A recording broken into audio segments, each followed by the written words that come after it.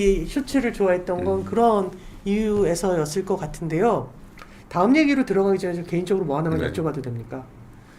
이를테면 어린 시절 그리고 이제 정치인이 되고 나서도 특히 지난 한 5년은 너무 힘든, 그야말로 매일매일 새롭게 국민들이 이재명이란 정치인을 오해하게 되고 네. 이상한 생각을 하게 되고, 그런데 그 다음날 어제께 아니라 또 새로운 게 나오고, 그리고 정말 그 우리 안에서 가장 법원을 많이 간 사람 중에 한 명이 되었고 네. 사실 그런 삶을 견디다 보면 자기 방어벽이라는 게 전 생긴다고 생각하거든요.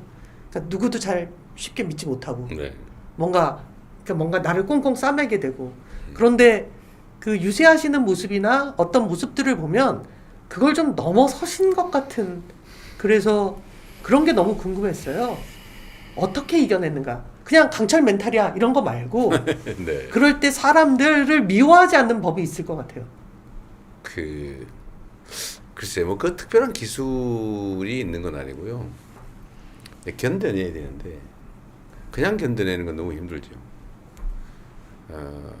상대를 사람으로 생각하지 않으면 좀 견딜만 해요. 자연현상일 뿐. 그냥 윤석열 대통령 입장에서 아무리 봐도 할 수 있는 게 그거밖에 없구나. 또 거기다가 그 사람 입장에서는 어떻게든지 나를 제거하는 것, 그게 유일한 희망사항이고 할 수 있는 것밖에 없는데, 그거를 내가 감정적으로 인간적으로 미워하거나 감정을 가지면 내가 더 힘든데, 그냥 그 사람은 할 수 없이 할 수 있는 게 저게 다다. 그 외에는 할 수 있는 게 없다. 이해하게 용인하게 된 거죠. 수용하게. 그런 얘기 있잖아요. 피할 수 없으면 즐겨라. 그러고 보니까 오히려 좀 불쌍하게 얘기해지기 시작했어요. 지옥을 만들어 놓고 스스로 그 지옥을, 제가 우리 박찬대 대표한테도 그 얘기 자주 했잖아요.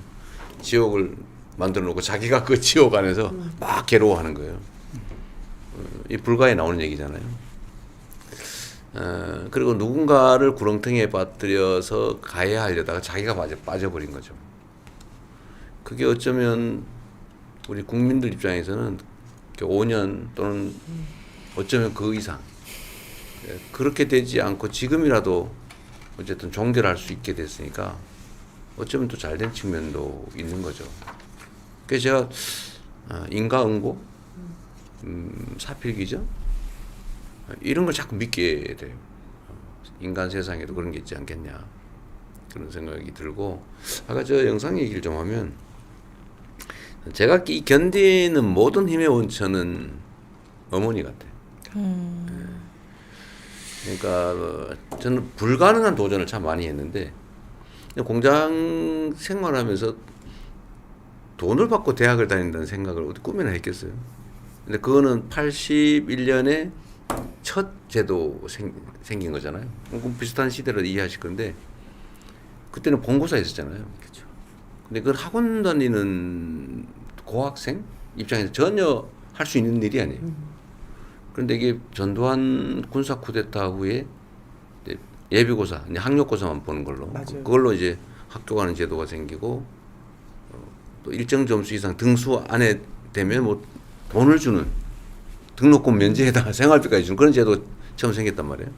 뭐 그런 게 생길 걸 예상은 하지 않았지만, 그래도 언젠가는 길이 있을 거야 라고 해서 미리 제가 학원 다니고 밤에 공부하고 뭐 단과학원도 다니고 뭐가 될지 모르겠는데 어쨌든 끊임없이 노력을 했는데, 그게 이제 우리 어머니의 말씀 때문이에요.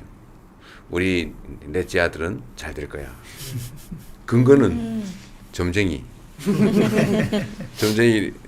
참 이런 얘기도 있는데 이제 거의 다 끝나가니까, 그 어머니가 이제 제 생일을 몰라가지고 잊어버린 거예요. 우리 구남매를 낳으셨는데, 네. 그래가지고 점쟁이한테 가서 겉보리 한 대 주고 물어본 거예요.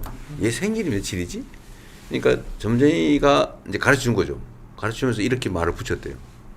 야를 잘 키우면 나중에 호강하니까 잘 키워. 그랬대요. 야, 분명히 크게 될 애니까 얘를 잘 키우라고. 예.